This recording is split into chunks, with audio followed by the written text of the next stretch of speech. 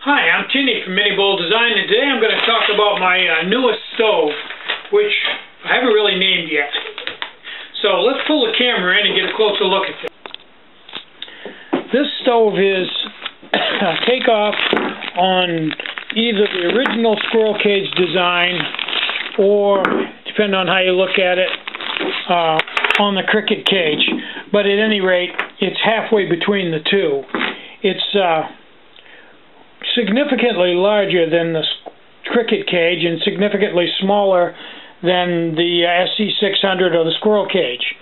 But it's got a lot of unique features, so let's take it apart and look it over. First off, it comes with a simmer ring. Now this isn't just any simmer ring.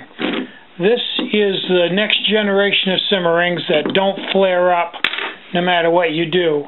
And it has a different burner. You see the burner is set down inside. I don't know whether you can see it or not. It sets down inside about 1/4 of an inch, and it sets in from the edge about 1/8 of an inch. And then the simmer ring has a step in it, and it sets above the wick. It never touches the wick. And it works quite well. It never flares up, at least it hasn't for me in all the testing I've done. And it's a vast improvement over the regular tops. This is the same size as a turbo top inside, but the outside is halfway between that and a Moab top. So we'll take that off and get that out of the way.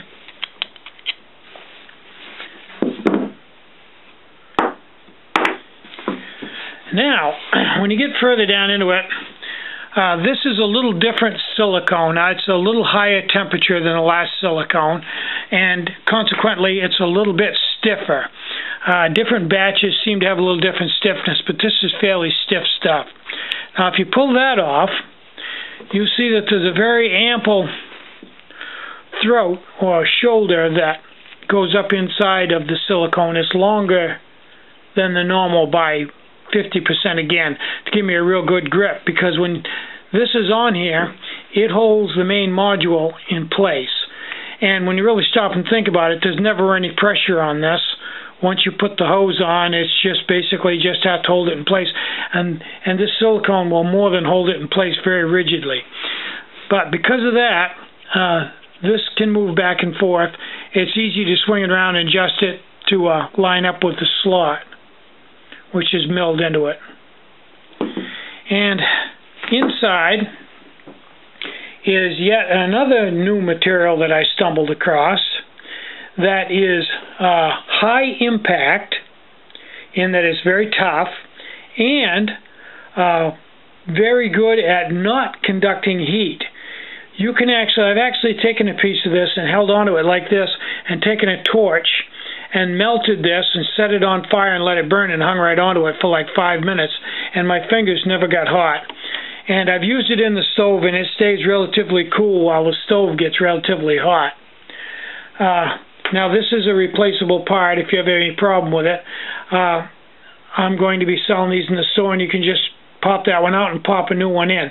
But I don't foresee any problems with it needing to be replaced. Another advantage to this design is if I do come up with a new design, I can just pop this one out and pop the new design in. Kind of a modular thing. I like that. I'm making these stoves more and more modular all the time. And in the end, I guess, if you wanted to, you could put this together like this and use it as a standalone stove. I guess. It's a little top heavy, but nonetheless, it could be done. Okay, and boy, that's really on there. The main body looks extremely heavy, and I understand that, but in reality it's not very heavy at all, because it's mostly everything on it is hollow. So it's really, the whole stove weighs around 5 ounces, so it's, what I did was I started goofing around with weights, and I found that a stove of this weight would not be overpowered by the fuel line. If you move the fuel line around, the stove will stay in one spot. So I opted to go with a little bit heavier stove to give me the stability. And like I said, this is hollow inside. And another unique thing about it is these legs And instead of just butting up against it and being peened, this is bored out the diameter of the leg, and the leg goes right down inside of this main body, all the way down to within 1/8 of an inch of the bottom. So these legs are really it's a very rugged stove.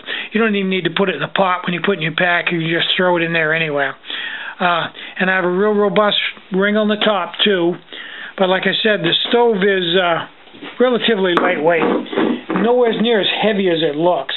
It looks beefy, and it is. But at 5 ounces, it's a pretty nice stove. So this will be in the store as soon as I finish making this video. Unfortunately, it's not going to be as cheap as some of my earlier stoves, because you can see there is a fair amount of work in this stove. I spent all day building 4 of them, so it's not going to be cheap. But it's modular, and it's probably the last stove you'll ever buy as far as wearing one out. Now, as far as the fuel supply for it, I haven't added a nipple cap or a chicken water or anything. I'm just selling this with the line. And the reason for that is,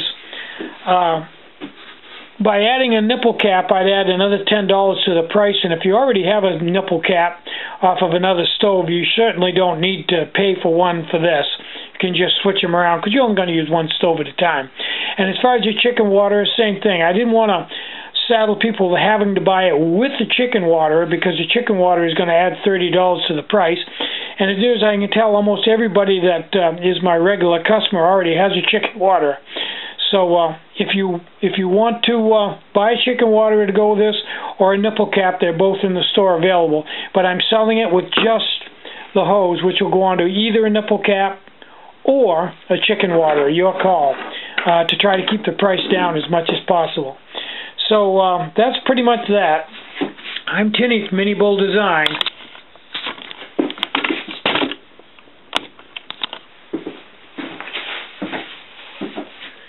Get out and hike, take a friend, enjoy the great outdoors, and more important than anything, have a really great day.